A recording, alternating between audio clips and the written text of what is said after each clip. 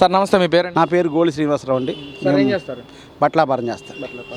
Sir అసలు ఏం చెప్తారు సార్, ఈ రోజున తిరుమల తిరుపతి దేవస్థానంలో గోవిందరాజ స్వామి టెంపుల్లో కూడా 50 కేజీల దొంగతనం జరిగింది గత ప్రభుత్వం అని చెప్పి విజిలెన్స్ విచారణలో ఒక నివేదిక ఇచ్చారు విజిలెన్స్ వాళ్ళు. అసలు ఎలా చూడొచ్చు అంటారు? అసలు వాళ్ళు ఇచ్చింది కరెక్టే కదండి. వాళ్ళు విజిలెన్స్ ఉన్నది దేనికండి? ఏమన్నా అక్రమాలు దోపిడీలు ఏమైనా జరిగితే బయటపెట్టడానికి కదా ఉంది. ఇప్పుడు కొత్తగా ఆ గుళ్ళో చేశారని కాదు, అసలు తిరుపతి ఆయన జగన్మోహన్ రెడ్డి ఎక్కిన కాడి నుంచి భ్రష్టు పట్టిచ్చేసాడు కదా. తిరుపతి భ్రష్టు పట్టిచ్చేసి ఇంకా అధికారంలో ఉండగా భ్రష్టు పట్టించాడు.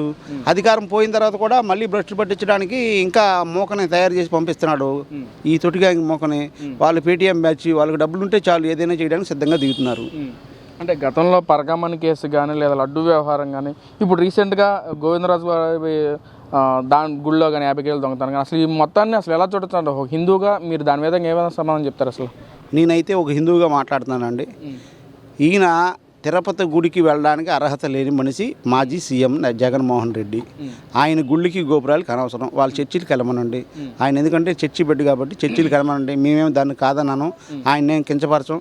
ఆయన ఒక మాజీ సీఎం, ఆయన మేము గౌరవించుకుంటాం. కాకపోతే మా హిందూ దేవాలయాల్లో ఇట్లాంటి పనులు చేస్తే ఆయన్ని కాదు, వాళ్ళు తరాంతరాలు కూడా తండ్రి పావురాల కొట్లో కలిశాడు. ఈయన రేపు ఎట్లా ఉంటుంది అనేది తెలియదు. పావురాల కొట్లో ఆయనకి పీసులు అయినా దొరికినాయి. ఈయన ఏ వరదల్లోనూ కొట్టుకుపోతాడు, అంటే శవం కూడా కనబడదు. ఆయనకి మొక్కలైనా దొరికిన తండ్రికి, వీళ్ళకి అది కూడా ఉండదు. హిందుత్వాన్ని ఏడుకొండల వాడిని గురించి మాట్లాడితే అసలు ఏడుకొండలవాడి గుళ్ళో అసలు ప్రపంచమే ఏడుకొండలవాడి గురించి గొప్పగా చెప్తుందండి.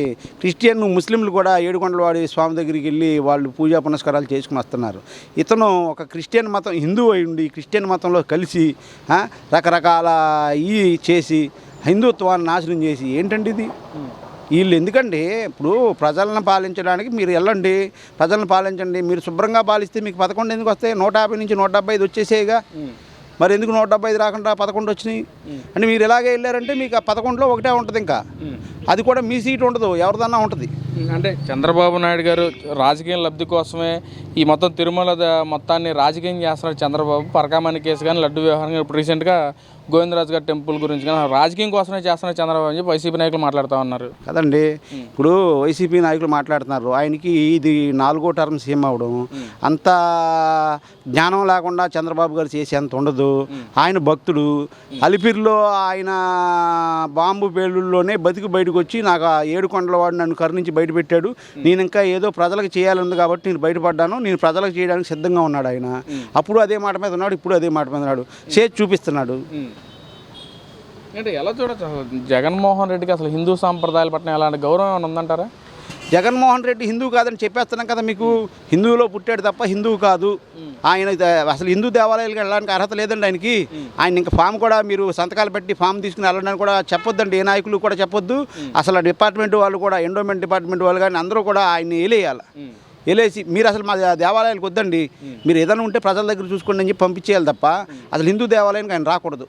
సార్ మరి 18 నెలల కాలం అవుతుంది ఎన్డీఏ కూటమి వచ్చి, అసలు ఎలా ఉంది సార్ పరిపాలన? ఒక పక్కన వైసీపీ నాయకులేమో అసలు ఈ రాష్ట్రం మొత్తం రావణ కష్ట ఇచ్చారు చంద్రబాబు, ఈ 18 నెలల కాలంలో జగన్మోహన్ రెడ్డి ఉంటే సంక్షేమం డెవలప్మెంట్ రెండు గళ్ళలాగా భావించి చేసేవాడు జగన్మోహన్ రెడ్డి అని చెప్పి మాట్లాడుతున్నారు. ఏం చెప్తారు మరి? ఇంతకుముందు ఏం సంక్షేమం చేసామని చెప్పి చెప్తారండి ఆయన. ఇప్పుడు ఏం చేశారు నేను చెప్తానండి. మా గెలవంగానే పెన్షన్ 4,000 రూపాయలు చేశాడు. ఈయన ముఖ్య మూలికి 1,000 రూపాయలు చేయడానికి 5 సంవత్సరాలు పట్టింది. ఫస్ట్ సంవత్సరం మొదట్లోనే మళ్ళీ 3 నెలలు పాత బ్యాలెన్స్ మాట అన్న కాడి నుంచి ఆ బ్యాలెన్స్ కూడా ఇచ్చేసి 4,000 చేశాడు. తర్వాత తల్లికి వందనం వేశాడు. తర్వాత ఆటోలకి 15,000 రూపాయలు వేశాడు. తర్వాత గ్యాస్ బండ్లో 3 బండ్లు సంవత్సరానికి ఫ్రీగా ఇస్తున్నాడు. రైతు భరోసా 2 టర్మ్లు వేశాడు, ఆల్రెడీ 14,000 పడినాయి. ఇంకా ఏమి చేయాలండి సంక్షేమం? ఇది సంక్షేమం కాదా? ఇది ప్రజలందరూ కూడా తీసుకుంటున్నారు కదా. ఇప్పుడు వాళ్ళు చేశారు సంక్షేమం, దేనికి ఉపయోగపడింది చెప్పండి? ఇప్పుడు వీళ్ళు పక్కన సంక్షేమం, ఓ పక్కన రాష్ట్రంలో ఉద్యోగాలు లేని వాళ్ళకి ఉద్యోగాలు ఏర్పాటు చేస్తున్నారు. టీచర్లు ఇవాళ బాగున్నారు. పోలీస్ డిపార్ట్మెంట్ వాళ్ళకి మన కొత్త పోస్టులు పడి వాళ్ళు హ్యాపీగా ఉన్నారు. వాళ్ళు మాకు దేవుడు అని చంద్రబాబు అని చెప్తున్నారు. వీళ్ళకేం తెలుసండి వైసీపీ వాళ్ళకి? ఇట్లాగే మాట్లాడతారు. ఎంతసేపు తెలుగుదేశం పార్టీని బ్లేమ్ చేయాలని తప్ప ఏంటి? అసలు బాగుంది అంటే మీరు మెచ్చుకోవాలండి. ఏ ప్రభుత్వం అయినా ఈ ప్రభుత్వం బాగుందంటే మెచ్చుకోమనండి. ఎవరిద్దన్నారు? లేదు వాళ్ళకి ఇష్టం లేదా పక్కకి వెళ్ళిపోమనండి. అంటే సార్ ఏదైతే జగన్మోహన్ రెడ్డి పుట్టినరోజు వేడుకల్లో గర్భిణీ స్త్రీని కాలుతో తనటం కానీ లేదా ఒక పొట్టేలను నరికేసి ఆ రక్తం తీసుకెళ్లి జగన్మోహన్ రెడ్డి గారి బ్యానర్ మీద రుద్దడం కానీ అసలు ప్రజలకి వైసీపీ వాళ్ళు ఎలాంటి సందేశాలు అనుకుంటున్నారు అసలు? చెప్తానండి. జగన్మోహన్ రెడ్డి ఎక్కడ పుట్టాడు, ఎక్కడ పెరిగారండి? కడపే కదా. ఆ కడప గడ్డ మొత్తం కూడా ఏం జరుగుతుందండి అక్కడ? రక్తపు టేర్లు కారుతాయిగా. ఆచారం ఈయనకు వచ్చింది. ఈయన ఏం చేశారంటే ఈయనతో పాటు రాష్ట్రంలో నలుమూలన ఉన్న కార్యకర్తలకు కూడా అది అంటించాడు. అంటే కడప రాజ్యాన్ని ఇప్పుడు రాజారెడ్డి రాజ్యాంగాన్ని కడప జనాన్ని తీసుకొచ్చి మొత్తం అన్ని జిల్లాలకి అంటించాడు. ఇప్పుడు అందరూ కూడా అట్లాగే తయారయ్యారు.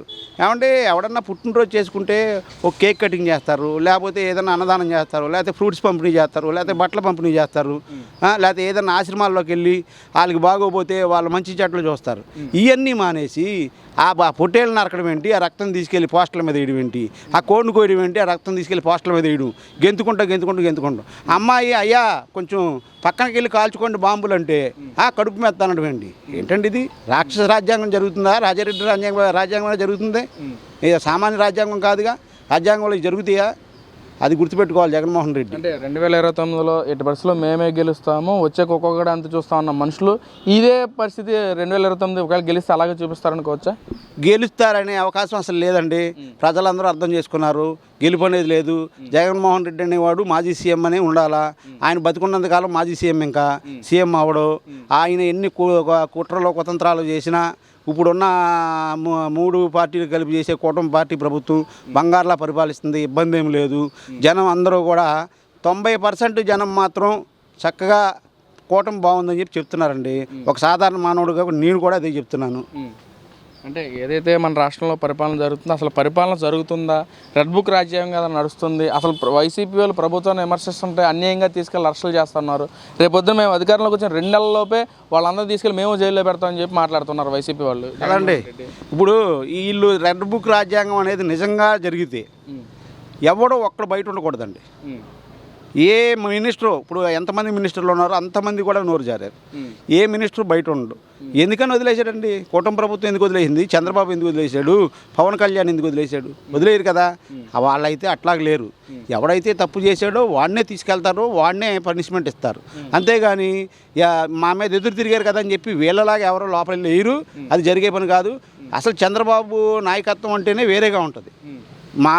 అప్పుడు వాళ్ళ పార్టీలో తిరిగే కార్యకర్తలు కూడా ఎట్లా ఉంటారంటే ఏదన్నా తప్పు చేస్తే వాళ్ళని సస్పెండ్ చేస్తారు. మొన్న కుర్రని సస్పెండ్ చేశారు, మీకు గుర్తుందో లేదో, భారతీయ గారిని ఏదో అన్నారని చెప్పి. అది దట్ ఈజ్ చంద్రబాబు. మరి ఇప్పుడు జగన్ గారు ఎందుకని రెస్పాండ్ అవ్వట్లేదు అంటారు ఈ కాలుతో తన విషయం కానీ దాని గురించి? అసలు ఆయనే కదండి పంపించింది. మీరు అల్లర్లో గొడవలో చేసి రాష్ట్రాన్ని పాడు చేయమని చెప్పి పంపించింది ఆయనే కదా. జగన్మోహన్ రెడ్డి దగ్గరుండి పంపిస్తుంటే ఇంకా ఆయన ఎందుకు మాట్లాడతాడండి? అప్పుడొకప్పుడు ఆయన ప్రభుత్వంలో అన్యాయం జరిగినప్పుడు ఏమైనా మాట్లాడా? ఇప్పుడు కూటమి ప్రభుత్వంలో జరిగినప్పుడు మాట్లాడతాడా? అప్పుడు మాట్లాడలేదు, ఇప్పుడు మాట్లాడలేదు. ఇంకెందుకంటే ఆయన రాజకీయానికి పనికిరాడు. వ్యాపారాలు చేసుకోమనండి. వాళ్ళ నాన్నగారిని అడ్డం పెట్టుకుని సంపాదించి దొంగాస్తులు ఉన్నాయి, అవన్నీ తెచ్చుకుని వ్యాపారాలు చేసుకుని కోట్లు చేసుకోమనండి. ఎవరు వద్దనరు సామాన్య మానవులు. నచ్చితే ఆయనతో మాట్లాడతారు, లేకపోతే పక్కకు వచ్చేస్తారు. అంతే కదా కావాల్సింది.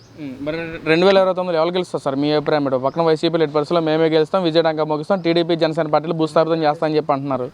ఇప్పుడు 2029లో ఎవరు గెలుస్తారో దానికి సమాధానం చెప్తానండి. అంటే మేము కూటమి ప్రభుత్వం గెలుస్తుందని మేము మామూలుగా చెప్తాము. ఎందుకు గెలుస్తుందని కూడా చెప్తామండి. ఎవరు ప్రతి కార్యక్రమాలు కూడా చక్కగా జరుగుతున్నాయి. సచివాలయాల్లో వాలంటీర్లను తీసేసిన సచివాలయ ఉద్యోగస్తులతో పని జరుగుతుంది. ఇంకేం కావాలండి? ఇప్పుడు సచివాలయాలతో అటాచ్మెంట్ అయింది. ఆ పేర్లు మార్చినా కూడా గ్రామ వాలంటీర్ల కింద మీద మారుస్తా అన్నారు చంద్రబాబు గారు. మీకు వర్కులు జరుగుతున్నాయి కదా. సామాన్య మానవుడికి అందుబాటులో ఉంటే ఇంకేం కావాలి? మరి ఫైనల్గా ఎన్ఐ కూటమి గెలిపించుకుంటారని మళ్ళీ కంపల్సరిగా మేమైతే ఇంకో 10 మందితో ఓటు వేపిస్తాం, ఓ 10 మందిని మార్పిస్తాం. జగన్ అనేవాడు మాజీ సీఎం అంతే.